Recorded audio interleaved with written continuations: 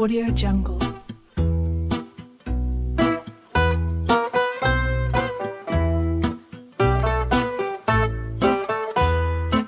Audio Jungle.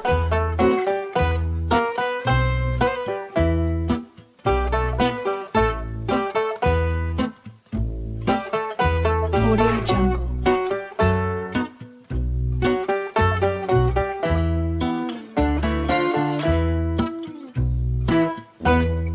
Audio Jungle.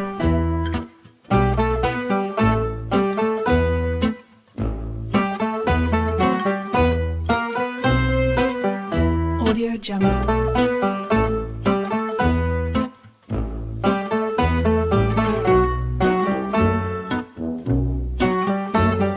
Audio Jungle. Audio Jungle.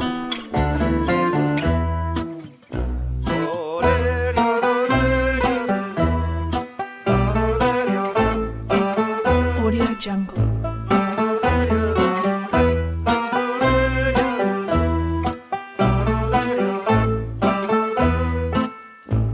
Audio Jungle.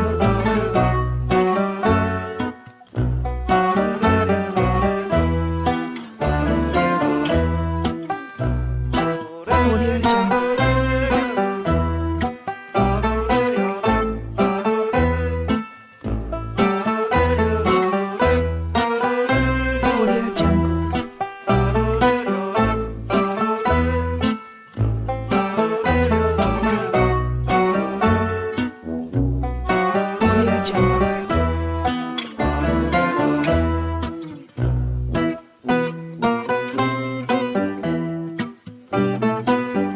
Audio Jungle. Audio Jungle.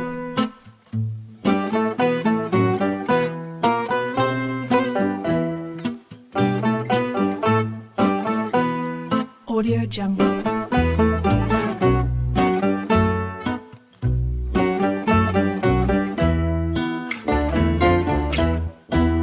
Audio Jungle. This is a second Passover special presentation, and it's one, as I had stated at the beginning, of Passover special event presentation before Easter Sunday had even came around. That is unheard of because it isn't the main Passover that in Israel is mainly celebrated. So this covers about what the second Passover is for those that are considered to be in one way or another impure. And it is a certain ritual that they do so that in hopes then come next year, those who had participated in the second Passover will be able to be worthy to attend the main Passover or the first Passover. Sometimes it's referred to as the minor Passover. It starts with something called the Kiddush, and hopefully I pronounced that correctly. The Kiddush literally means sanctification, and it is a blessing recited over wine or grape juice to sanctify the Shabbat and Jewish holidays. Traditionally, the word refers to a small repast held on Shabbat or festival mornings after the prayer services and before the meal. Significance. The Torah refers to two requirements concerning Shabbat: to keep it, quote unquote, and to remember it, quote unquote. Jewish law, therefore, requires that Shabbat be observed in two respects. One must keep it by refraining from 39 forbidden activities, and one must remember it by making special arrangements for the day, and specifically through the Kiddush ceremony. Reciting Kiddush before the meal on the eve of Shabbat and Jewish holidays is thus a commandment from the Torah, as it is explained by the oral Torah. Reciting Kiddush before the morning meal on Shabbat and holidays is a requirement of rabbinic origin, Kaddish is not usually recited at the third meal on Shabbat, although Maimonides was of the opinion that wine should be drunk at this meal as well.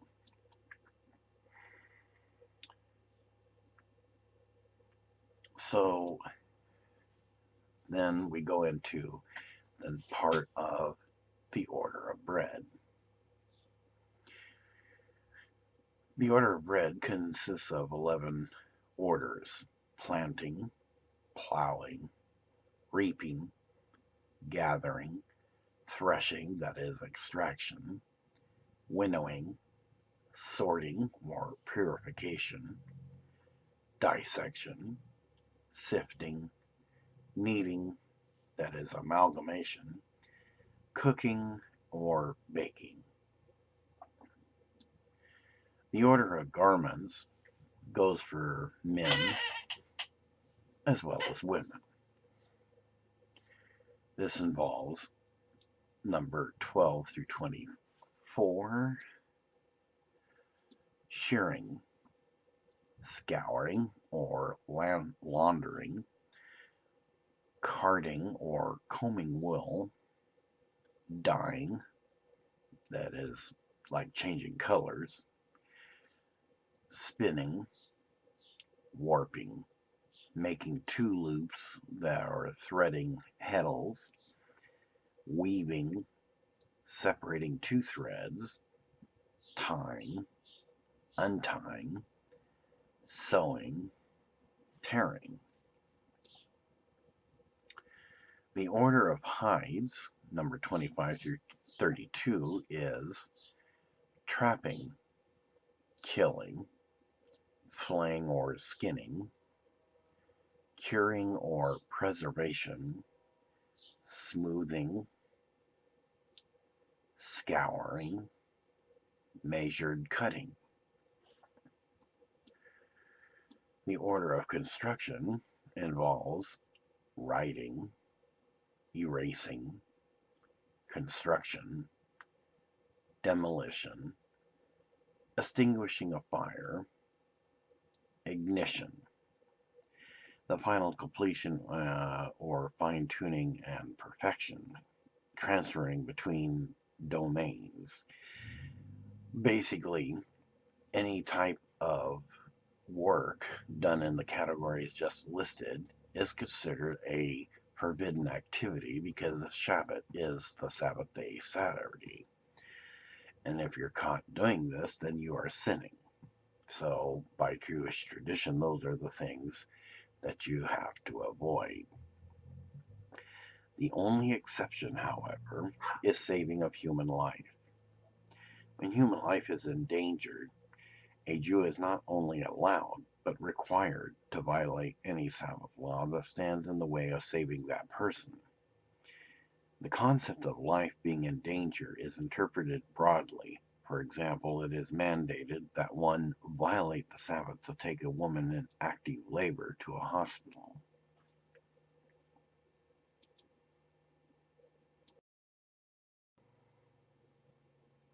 Rituals. To honor the mitzvah of reciting Kiddush, a silver goblet is often used, although any cup can suffice. The cup must hold a rivet of liquid. A rivet is between 161.5 milliliters or 5.68 full ounces. It's about 546 US full ounces. Rabbi Avraham Yeshaya Karolitz, if I pronounce that correctly, and 90.7 milliliters, which is 3.19 full ounces or 3.07 US full ounces. Whereas by Rabbi Abraham Shaim Naya, if I pronounced his name correctly. My apologies if I did not. After the person reciting the Kiddush drinks from the wine, the rest of it is passed around the table or poured into small cups for the other participants. Alternatively, wine is poured for each of the participants before Kiddush. Before reciting Kiddush, the challah, which will be the next food item eaten in honor of the Shabbat or holiday, is first covered with a cloth. According to halakha, the blessing over bread takes precedence to the blessing over wine. However, in the interest of beginning the meal with Kiddush, the challah is covered to remove it from the table. Some do not have the challah on the table at all during Kiddush. Some interpret the covering of the challah allegorically, explaining that if we are supposed to go out of our way to protect even an inanimate object, that is the bread, from being insulted by the blessing over wine taking precedence, then certainly we must go out of our way to display sensitivity toward the feeling of other people. In the absence of wine or grape juice, Friday night Kiddush may be recited over the challah. The blessing over bread is substituted for the blessing over wine. In that case, the ritual hand washing normally performed prior to consuming the challah is done before the recitation of Kiddush. German Jews follow this procedure even if wine is present. If there is only sufficient wine or grape juice for one Kiddush, it should be used for the Friday night Kiddush. In many synagogues, Kiddush is recited on Friday night at the end of services. The Kiddush does not take the place of the obligation to recite Kiddush at the Friday night meal. When recited in a synagogue, the first paragraph, Genesis chapter 2, verse 1 through 3, is omitted. The text of the Friday night Kiddush begins with a passage from Genesis chapter 2, verse 1 through 3, as a testimony to God's creation of the world and cessation of work on the seventh day. Some people stand during the recital of these biblical verses, even if they sit for Kiddush, since according to Jewish law, testimony must be given standing. There are different customs regarding sitting or standing while reciting Kiddush depending on communal and family tradition. Some Hasidic and Sephardic Jews dilute the wine with water before Kiddush on Friday night to commemorate the old custom of mixing of the wine in the days when wine was too strong to be drunk without dilution. Since the Shabbat morning, Kiddush is rabbinically rather than biblically mandated. It has a lesser status than the Friday night Kiddush. In order to elevate its importance, it is euphemistically referred to as Kedusha Rabbah, the Great Kiddush. There are different versions for the Kiddush on Shabbat morning, and it is generally shorter than the Friday night Kiddush. Originally, this Kiddush consisted only of the blessing over the wine. Later, additional verses related to Shabbat were added. However, there are always a wide variety of customs as to which verse are recited, and some congregations, no verses at all, are recited.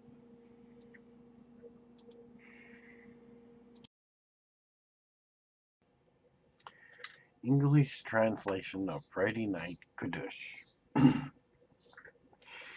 Evening became morning. The sixth day, and the heavens and the earth and all that filled them were complete. And on the seventh day God completed the labor he had performed, and he refrained on the seventh day from all the labor which he had performed. And God blessed the seventh day, and he sanctified it, for he then refrained from all his labor, the act of creation that God had performed.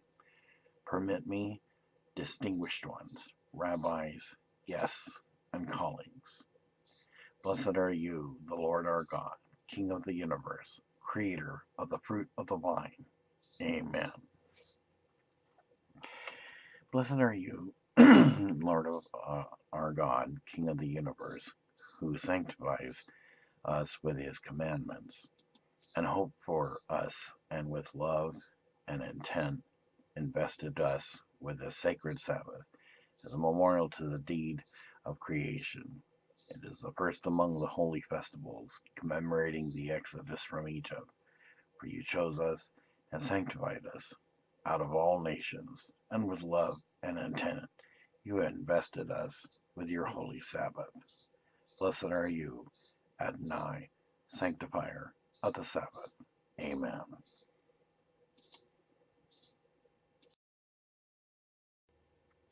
Shabbat Morning Kiddush.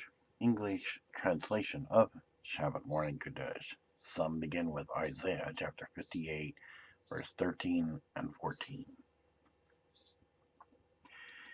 And the children of Israel shall observe the Shabbat by establishing the Shabbat for their generations as an eternal covenant. Between me and the children of Israel it is an eternal sign, that in 6 days the Lord made the heavens and the earth, and on the seventh day he ceased from work and rested. Remember the Shabbat day to sanctify it. 6 days you shall labor and do all your work, but the seventh day is Shabbat for the Lord your God. You shall not do any work, you, your son, and your daughter, your manservant, and your maidservant, and your cattle, and the stranger who is in your gates. For in 6 days the Lord made the heavens, the earth, the sea, and all that is in them, and rested on the seventh day. Therefore the Lord blessed the Shabbat day and made it holy. Attention, gentlemen, rabbis, and my teachers. Blessed are you, Lord our God, King of the universe, who creates the fruit of the vine. Amen. After the Kiddush, as for any other blessing, those present may say Amen, which means truly. Those who say Amen are considered to have said the Kiddush by proxy. Then the washing of the hands without blessings is performed. Hand washing in Judaism. Jewish law and custom prescribe ritual hand washing in a number of situations. This practice is generally known by the Hebrew term netilat yadayim, if I pronounce that right, which literally means lifting up of the hands. The Talmud used the requirement of washing the hands in Leviticus chapter 15, verse 11, as a hint for general hand-washing law, using as makta a biblical hint rather than explicit requirement. Carpus, dipping of the carpusses in salt water. Yahatz, breaking the middle matzo, the larger piece becomes what is known as the afikomen, which is eaten later during the ritual of Zappan.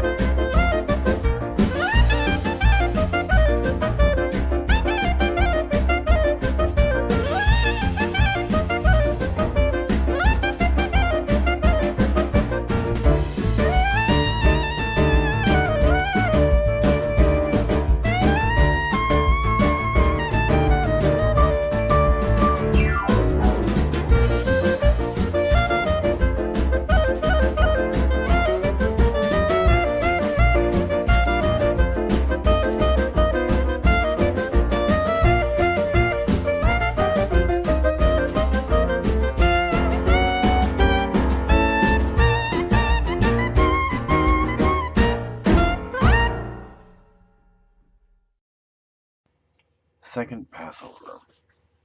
Now, this is where the changes are noticed, because before it continues on, it then goes into a second Passover ritual, which is slightly different than that of the first, which is the main one at the time Passover began. The second Passover, known as Pesach Sheni, on the 14th of Iyar in the Hebrew calendar, is mentioned in the Hebrew Bible book of Numbers, which is, for us, Numbers chapter 9, verse 6 through 13. And as a makeup day for people who were unable to offer the Pesach sacrifice at the appropriate time due to ritual impurity or distance from Jerusalem. Just on the first Pesach night, breaking bones from the second Pesach offering or leaving meat over until morning is prohibited, based on Numbers chapter 9, verse 12. Today, Pesach Sheni on the 14th of Iyar has the status of a very minor holiday, so much so that many of the Jewish people have never even heard of it, and it essentially does not exist outside of the Orthodox and traditional conservative Judaism. There are not really any special prayers or observances that are considered Jewish law. The only change in the liturgy is that in some communities, Takkanan, a potential prayer omitted on holidays, is not said. There is a custom, though not Jewish law, to eat just one piece of the matzah on that night.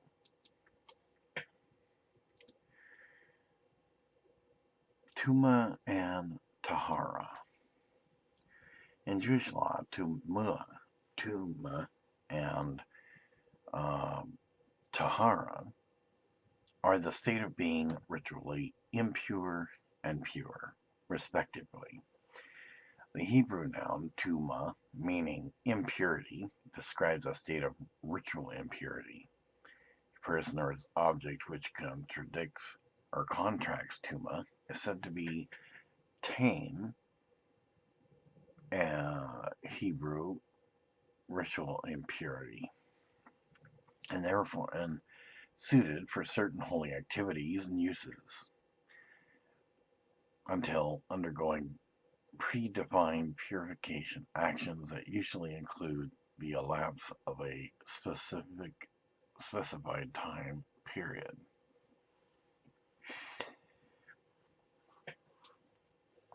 The Tuma and or Tahara describes a state of ritual impurity that qualifies the Tahor, the contrasting Hebrew noun Tahara, to be used for Kedusha. The most common method of achieving Tahara is ritually pure person or object by the person or object being immersed in a mikvah, which is a ritual bath. This concept is connected with ritual washing in Jerusalem, or Judaism, and both ritually impure and ritually pure states have parallels in ritual purification in other world regions. The laws of Tuma and Tahara were generally followed by the Israelites, particularly during the first and second temple period, and to a limited extent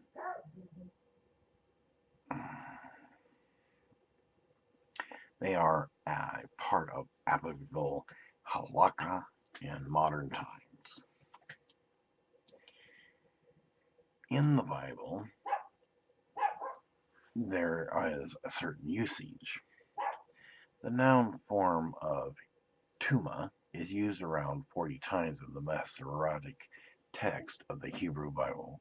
It's generally translated as uncleanness in English language Bibles such as the King James Version and JPS Tanaka.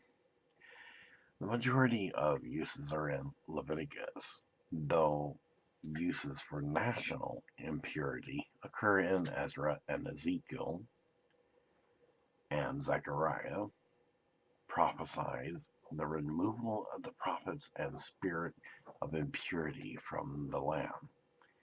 The objective tamai, or impure, is much more common. To be pure is used first in the Hebrew Bible is the verb tahar, the verb form of tahara in Genesis chapter 35 verse 2, where Jacob tells his family to put away strange gods and be pure. In general, the term tuma is used for two distinct ways in the Hebrew Bible. Ritual impurity, the opposite of tahara, which is purity, also known as impurity of the body. Moral purity. The moral impurity is the opposite of kedusha, or sanctity, also known as impurity of the soul. This category also includes activities which are disgusting or abominable. In general, tuma, in the sense of ritual impurity, is prefixed by the letter lamed or lacks any prefix at all, while tuma, in the sense of moral impurity, is prefixed by the letter bet.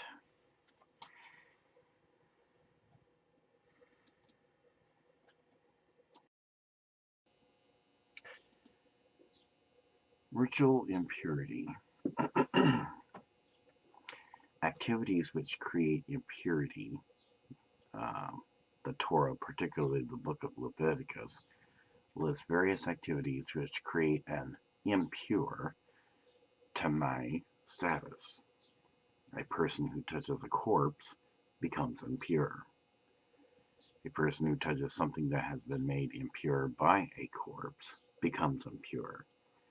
A person who touches or carries carrion becomes impure.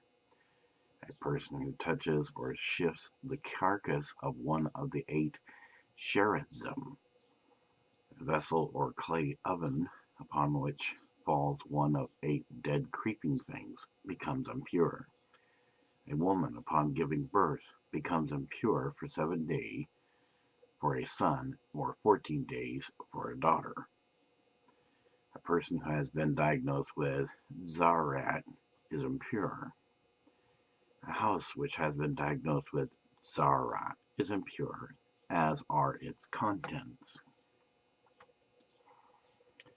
A man or woman with an unnatural emission from the genitals, zaz or zava, or a menstruating woman, nida, are impure. A person who touches them, or who touches their chair, or vessels that they touch, is impure. A man who has had a seminal discharge, or a garment touched by semen, is impure. A person who eats meat of animals that have died of themselves or been killed by beasts becomes impure. A priest who performs certain roles in the red heifer sacrifice becomes impure. If a corpse is present in a house, people and objects within the house become impure. Some of these activities are forbidden. Example given is eating non-kosher meat. Others are permitted. An example, sex between a married couple, and others are unavoidable, as in an example, if a person dies suddenly while other people are in the house. Thus, there is no automatic moral stigma to becoming impure. Implications of impure status. Certain activities are prohibited as a result of acquiring this impure status. For example, before the giving of the 10 Commandments, the people were warned not to approach their wives, presumably due to semen causing impurity. One who is impure due to zarat, genital emissions, or touching a corpse had to live outside the desert encampment. Priests could only eat sacrificial meat while pure.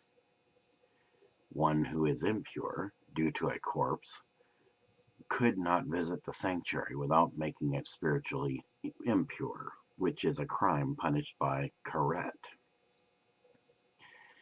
Just as it is a severe offense to bring impurity into the Israelite sanctuary, impurity is also seen as a means of nullifying a worship site of other religions, though the rules for this impurity are not made clear. Becoming pure again. Different forms of impurity requires various rituals in order to regain a pure tahor status. For example, impurity due to seminal emission can be purified by immersing in a ritual bath after the next nightfall.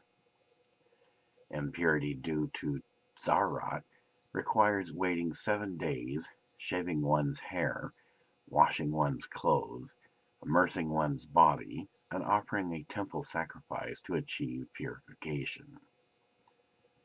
Impurity from touching a corpse requires a special red heifer sacrifice and ritual to achieve purification. Moral impurity. The term tuma is also used to refer to certain sins for which there is no specific ritual to remove the impure status. For example, sexual sins such as incest, adultery, rape, bestiality. Consulting the Ov or Yidani, delivering one's child to Moloch, murder and manslaughter, leaving a hanged criminal's corpse on the scaffold overnight, idolatry. According to Malbim, the laws of kashrut fall in this category. In a number of cases, no specific sin is mentioned. Overall, sinful behavior has led to impurity. The hierarchy of impurity. The rabbis described a hierarchy of levels of impurity. In general, each level can result from touch by the level above it. The levels are Avi, Avat, Hatuma, grandmother of impurity, a human corpse. Av Ha-Tuma, father of impurity, Maimonides enumerates 11 objects which have this status. Tamamet, a living person who has touched a corpse. Tamat Sheretz, the dead body of a swarming animal. Sheretz, listed in Leviticus chapter 11, verse 29 and 30. Tumat Nevilah, the body of a land animal which died without ritual slaughter, the body of a non-kosher land animal which died in any manner. A kosher bird which died without ritual slaughter receives this status in relation to its consumption but not its touch. Shikshvat Zera, human semen which has left the body.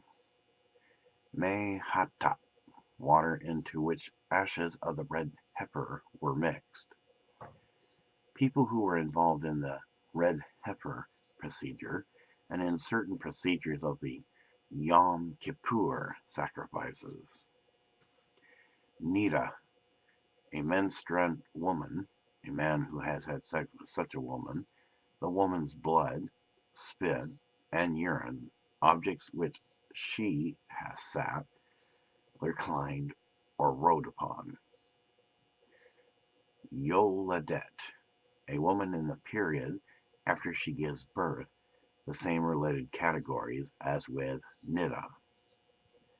Zava, a woman with abnormal genital discharge, the same related categories as with Nida. Zav, a man with abnormal genital discharge, his spit, urine, semen, and discharge, objects which he sat or rode or reclined upon. Metzora, A person who has contracted tazarat and in the purification period after recovery, a garment or house infected by zarat. In addition, the rabbi has declared several rabbinic categories of av hatuma, rishon letuma, first level of impurity, or vlad hatuma, child of impurity, a person, vessels, food, or drink which have touched an av hatuma. Shanai letuma, second level of impurity, food or drink which has touched a rishon letuma. A person's hand are always considered shanai letuma until he or she has done nitlat yadayim. Shlishi, shlishi letuma, third level of impurity. Sanctified goods which have touched shanai letuma. Rivai letuma, fourth level of impurity. Sanctified goods which have touched shlishi letuma. Hamishi letuma, fifth level of impurity. According to Maimonides, this status does not exist. Rivai letuma cannot impurify other objects. However, some sources suggest that this status might exist. In addition, red heifer waters can have a status similar to this.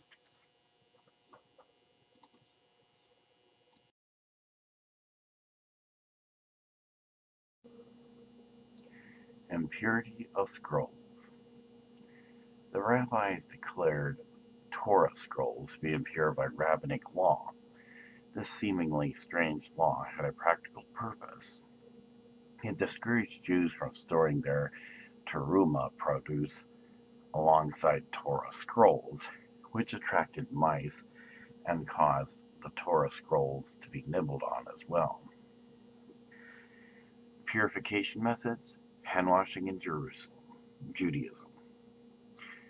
Mikveh, or mikvah, or Yiddish mikvahs, is a bath used for the purpose of ritual immersion in Judaism to achieve ritual purity. After the destruction of the temple, the mikvah's main uses remained as follows. By Jewish women to achieve ritual purity after menstruation and childbirth before they and their husbands may resume marital relations. By Jewish men to achieve ritual purity after ejaculation, as part of the traditional procedure for conversion to Judaism. To immerse newly acquired metal and glass utensils used in serving and eating food. To immerse a corpse as part of the preparation for burial, tahara. Most forms of ritual impurity can be purified through immersion in any natural collection of water. However, some impurities, such as a zav, require living water, such as springs or groundwater wells. Living water has the further advantage of being able to purify even while flowing, as opposed to rainwater, which must be stationary in order to purify. The mikveh is designed to simplify this requirement by providing a bathing facility that remains in contact with a natural source of water. In Orthodox Judaism, these regulations are steadfastly adhered to, and consequently, the mikveh is central to an Orthodox Jewish community. They formerly hold in conservative Judaism as well. The existence of a mikveh is considered so important that a Jewish community is required to construct a mikveh even before building a synagogue, and must go to the extreme of selling Torah scrolls or even a synagogue if necessary to provide funding for its construction. This illustration here shows basically what a modern mikvah schematic illustration shows. For most of us here in the United States of America, for Protestantism, Catholicism, and Adventism, and the future Christianitism movement, this would look like an ordinary common baptismal font, but that is not the case. Reasons for immersion in a mikvah. Historic reasons. Traditionally, the mikvah was used by both men and women to regain ritual purity after various events, according to regulations laid down in the Torah and in classical rabbinical literature.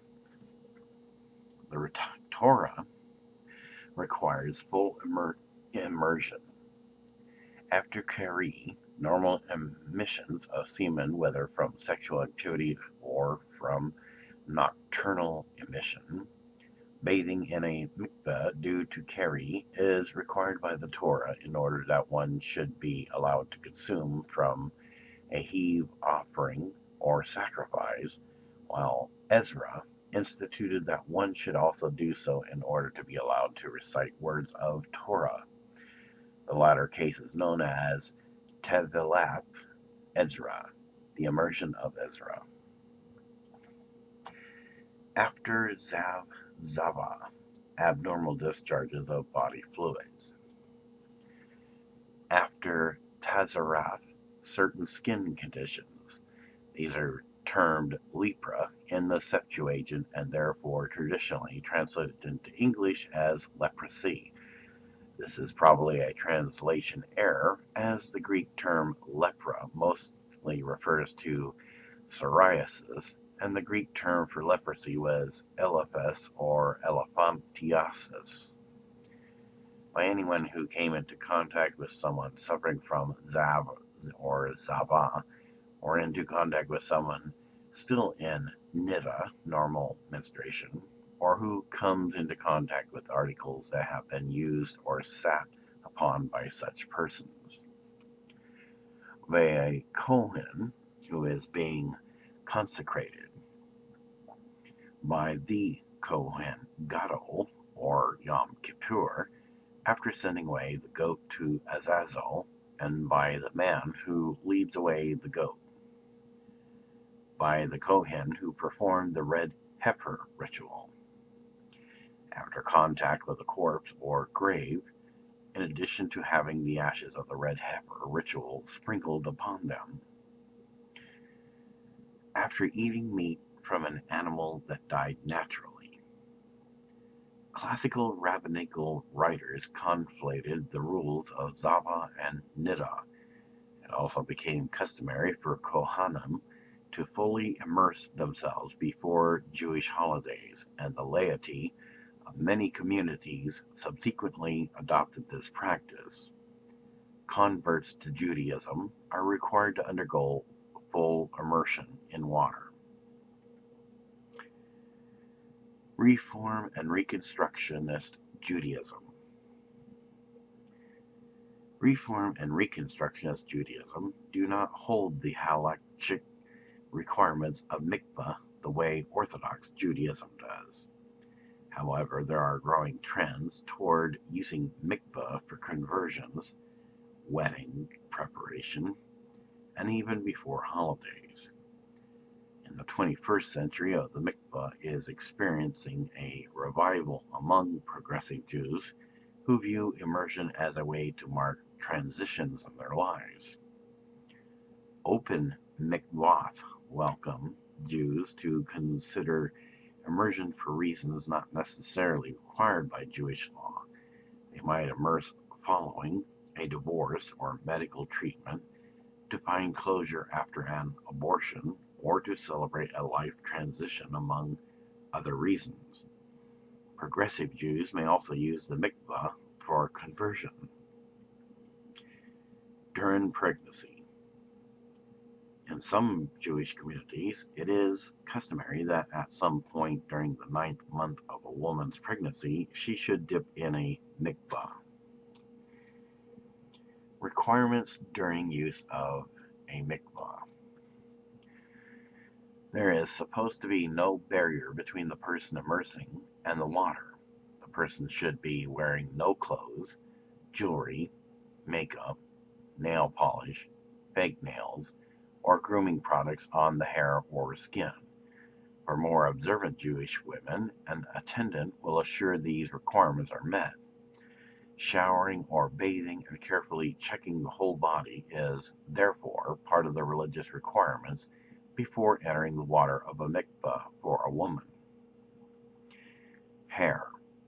According to rabbinical tradition, the hair counts as part of the body, and therefore water is required to touch all parts of it, meaning that braids cannot be worn during immersion. This has resulted in debate between the various ethnic groups within Judaism about whether hair combing is necessary before immersion. The Ashkenazi community generally supports the view that hair must be combed straight so that there are no knots, but some take issue with this stance, particularly when it comes to dreadlocks. Some citation may be needed. A number of rabbinical rulings argue in support of dreadlocks on the basis that dreadlocks can sometimes be loose enough to become thoroughly saturated with water, particularly if the person had first showered.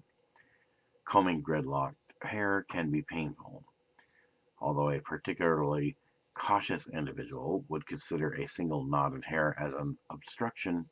In most cases, hair is loose enough for water to pass through it, unless each hair is individually knotted.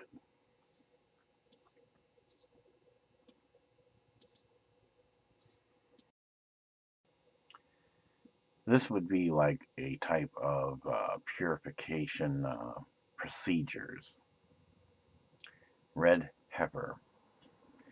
The red heifer, which is a female cow which is never pregnant or milked or yoked, also known as the red cow, was a cow brought to the priest as a sacrifice according to the Torah, and its ashes were used for the ritual purification of Tumat Hamat, the impurity of the dead, that is, an Israelite who had come into contact with a corpse. Hefsek Tahara.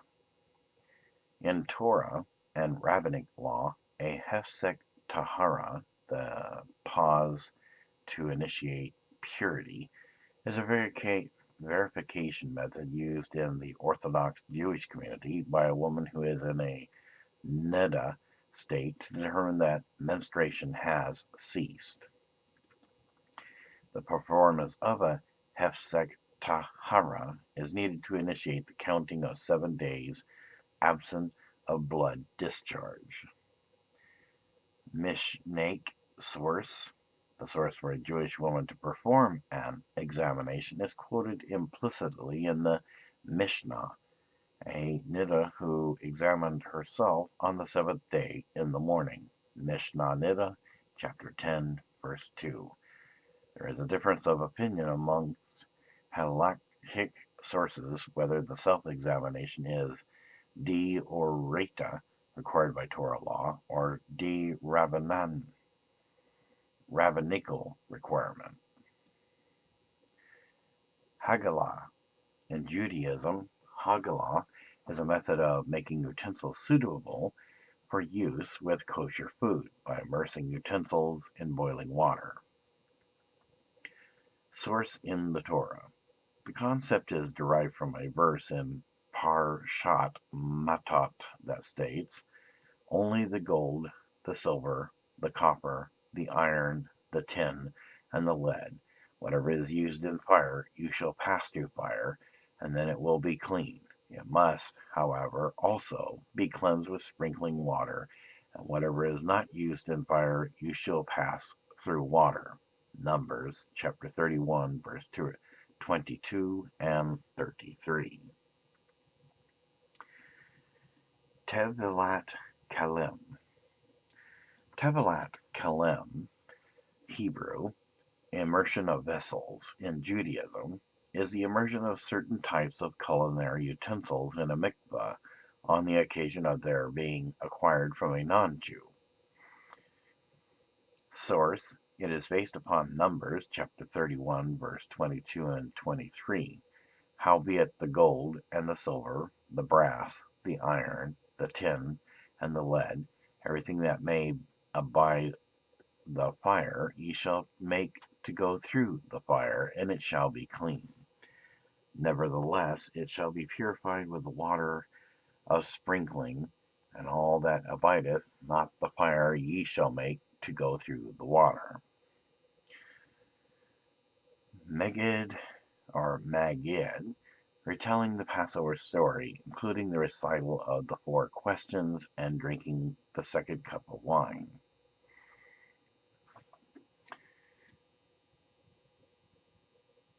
So,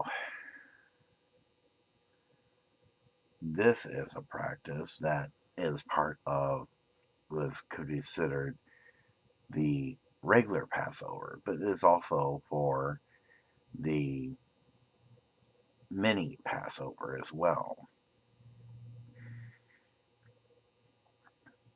The 4 questions then come up, and those will be covered here later on. Rakzah, or second washing of the hands with blessing. Matzi, traditional blessing before eating bread products. Matzo, blessing before eating matzo. Maror, eating the maror. Korik, or korek, eating of a sandwich made of matzo and maror. Shulchan, orik, shulhan orik, set table, the serving of the holiday meal. Zafan, eating of the afikoman. Barik, blessing after the meal and drinking of the third cup of wine. Halal, recital of the halal, traditionally recited on festivals, drinking of the 4th cup of wine. Nirtza, which is the conclusion. These 15 parts parallel with the 15 steps in the temple in Jerusalem, on which the Levites stood during temple services, and which were memorialized in the 15 Psalms, number 120 through 134, known as Shir Hamaya, Lot, Hebrew, Songs of Ascent. The Seder is replete with questions, answers, and unusual practices. Example given is the recital of Kiddush, which is not immediately followed by the blessing over bread, which is the traditional procedure for all other holiday meals, to arouse the interest and curiosity of the children at the table. The children are also rewarded with nuts and candies when they ask questions and participate in the discussion of the Exodus and its aftermath. Likewise, they are encouraged to search for the afikoman, the piece of matzo, which is the last thing eaten at the Seder. Audience participation and interaction is the rule, and many family Seders last long into the night with animated discussions and much singing. The Seder concludes with additional songs of praise and faith printed in the Haggadah, including Chad Gadya, one little kid or one little goat.